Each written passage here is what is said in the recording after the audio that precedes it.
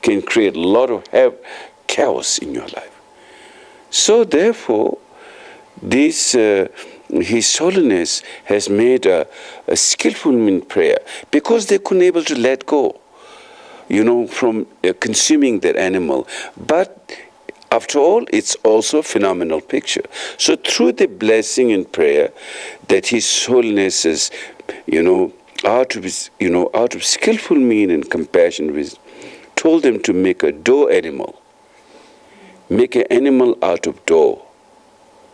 And inside, then you bring the prayer, and so that they feel it's like a dream. In the dream, if you are hungry, if there is food, of course there is no food, but you feel happy. You can say, oh, I like chow mein, then you have a chow mein. I like Italian, some spaghetti. Then, you will enjoy spaghetti. You may not like chow mein, Chinese food. You may like spaghetti. If that's what you like, that's what you get, in your dream. But if somebody gives you chow mein, you may not like that. Or whichever your choice of food is, you will prefer that more. But even there is nothing, you get it, for instance, very similar. So then the prayer is made, dedicated to them. Then one doesn't need to sacrifice the animal to a lot of far-flung Buddhist places where Dharma hasn't reached much. Over the time, it's been degenerated, and people start to mix Hinduism and Buddhism. And then, in Hinduism, there is sacrifice of animal, and slowly, when then the people were taught back into Dharma, said that's not the good thing to do. Then they couldn't give up right away. If they give up, they get like the spirit is giving them problem. They get sick, they get nightmares, all kinds. So then, through the skillful mean, slowly. And also one tells in the Dharma to the spirit, your suffering is caused by your ignorant and afflictive emotion and harmful thoughts. So therefore, have compassion to beings. I dedicate this to you, do not harm any beings. So one communicate with them and tell them through practice and prayer, like that. An expansion of that idea. So that's the human-based spirits are subject to the more powerful, long-lived spirits, or are they spirits of land, or are they spirits of animals? I mean, the more powerful... Somehow, I don't think animal becomes spirit.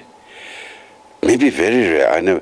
Because animals, don't have that kind of clinging. It is human with that kind of intelligence, we can get more clinging, attachment, and like that. Animals do, but it's kind of like, I don't think they will be stuck as some kind of spirit realm animal. I doubt it. Maybe it's possible, but I really doubt it.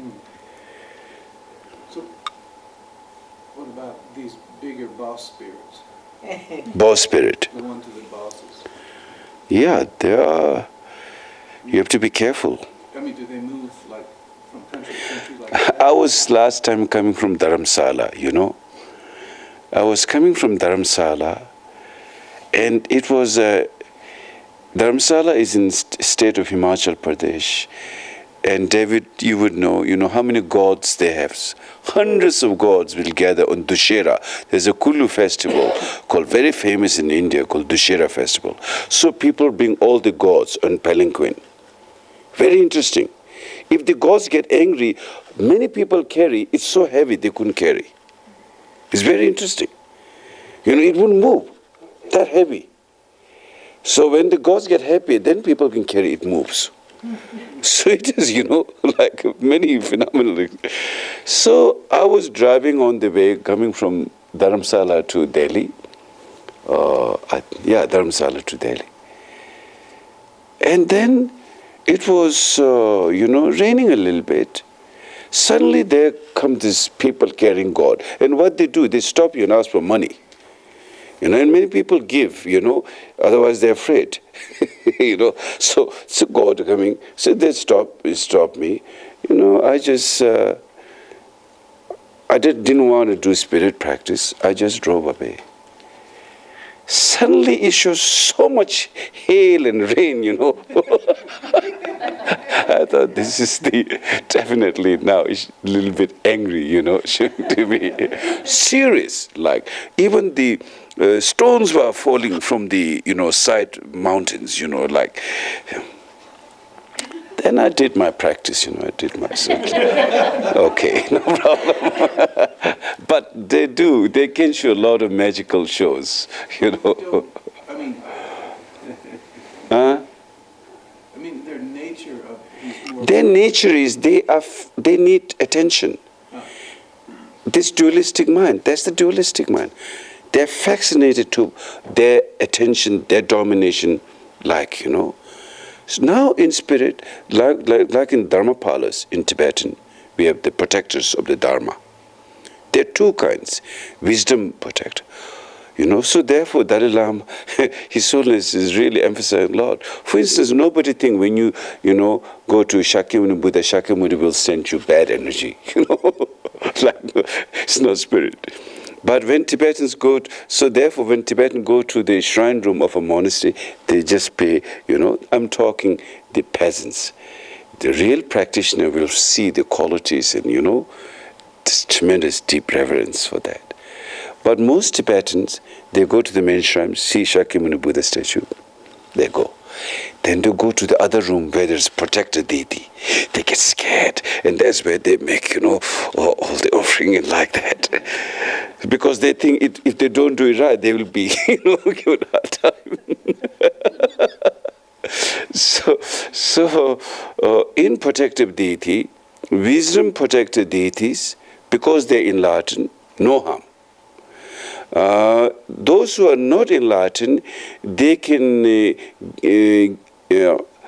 harm you, and they can also help you. Of course, wisdom deities always beneficial for being. That is, therefore, it's called transcendental state. Worldly being, even wisdom deity has many circles who are worldly gods, worldly spirits. There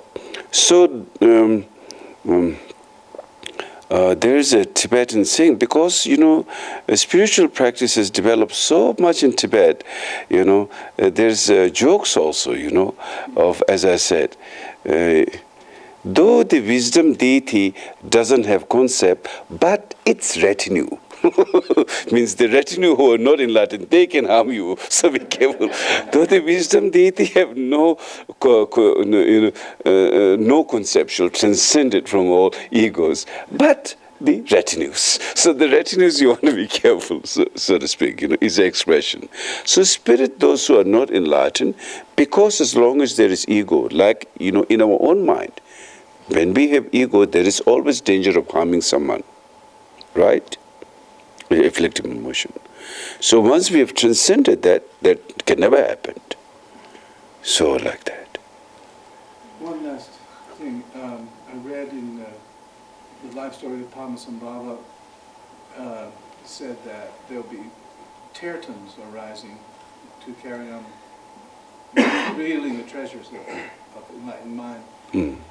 But at the same time, that a terton becomes inspired to reveal a treasure, there's also a black force. In this translation it said there'll be a dark force that will arise at the same time.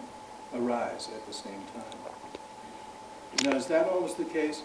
As people become more and more less afflicted, that our spirits are attracted to that, and the boss gods want control of that? Do they support the ego, the last grasps of the ego? Are the last afflictions of the ego supported by spirits? One thing to look at on a big picture, I said the 10 bhumis, though is bodhisattva stage, but there is also a reference point as 10 bhumis, And the reference point is a subtle emotion, which still kind of there.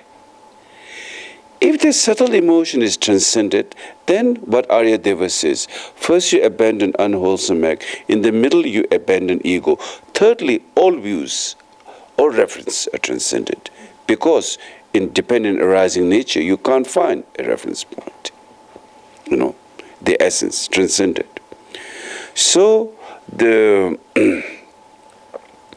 so therefore, when we are not enlightened, we see like good and bad comes together. Like we have our afflictive motion, but also we have good thoughts, both coming together. And of course, we see the negative aspect is a temporal aspect. When we look into it, it has no backup, it has no power, it can fall apart. So therefore, we become triumph from duality, we can triumph from maras, from negative forces, and afflictive emotions and ignorance. Because afflictive emotion, ignorance is no ground. It's temporarily. Anything which has no ground is temporarily, right? It's called temporarily. Essence is transcended, so it can nothing can damage that. So when a great being comes, there is always sometimes a challenge who also create problems. It kind of seems like interdependent. Like Dalai Lama, who is so great, but Tibetans don't like one Dalai Lama's brother. He created a lot of problem. So they say good and bad comes.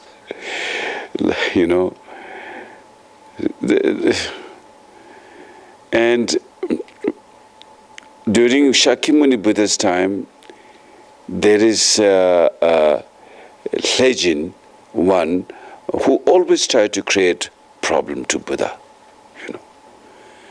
So in